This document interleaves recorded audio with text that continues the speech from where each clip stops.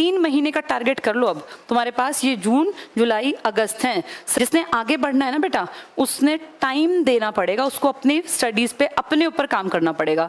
तुम अभी बिल्कुल कच्चे हो, ये मान के चलो, तुम्हें कुछ नहीं आता, चाहे तुम्हें कितना ही कुछ आता हो, लेकिन फिलहाल में तुम अपने आप को जीरो मानना। इस जीरो को अपने ऊपर काम करना पड़ेगा।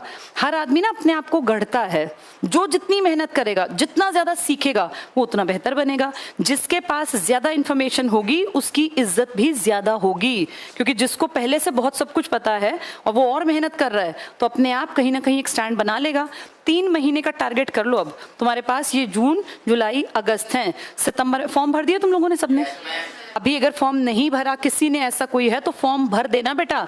फिर ये 1 साल बाद जाएगी बात। 1 साल बाद क्या पता 1.5 साल बाद आए दोबारा फॉर्म, कुछ नहीं पता होता। जब मौका मिले तभी भर दो फॉर्म। अपने कपड़े सस्ते ले लो, जूते सस्ते पहन लो, कुछ भी कहीं भी इस चीज को कमी कर लो, पर पढ़ाई पे कमी मत करना, क्योंकि बेटा लाइफ अच्छी बनाने के लिए पढ़ाई बेसिक नीड है।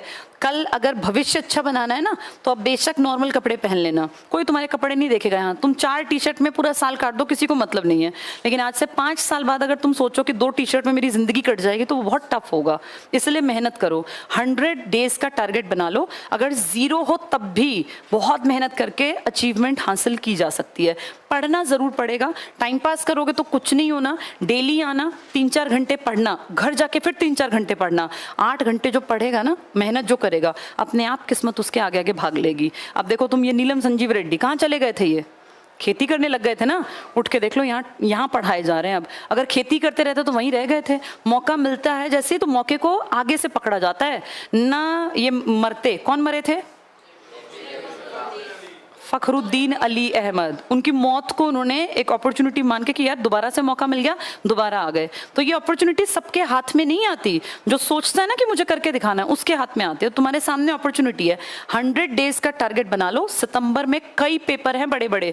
तुम्हारा कोई भाई बंधु हो जिसने 12वीं की हो इसी साल और उसकी एज 18 की हो अगर, तो वो भी फॉर्म जरूर फिल कर देना। इनके पेपर अब 3 महीने के अंदर अंदर ढेर पेपर हैं, हरियाणा के भी, नेशनल लेवल के भी। तो सबकी तैयारी एक जैसी। अब राष्ट्रपति पूछेंगे तो यही तो पूछेंगे। अब ये पेपर चाहे दिल्ली में आए, चंडीगढ़ पुलिस का भी फॉर्म्स भर देना, भर दिए थे। जिनकी हाइट हेल्थ ठीक हो, लड़के लड़कियों की, जिसका इंटरेस्ट हो, इंटरेस्ट ना हो तब भी बेटा फॉर्म भर देने चाहिए। क्या पता किस्मत कहाँ जोर ले जा रही हो, कहाँ तुम्हें ले जाना चाहती हो।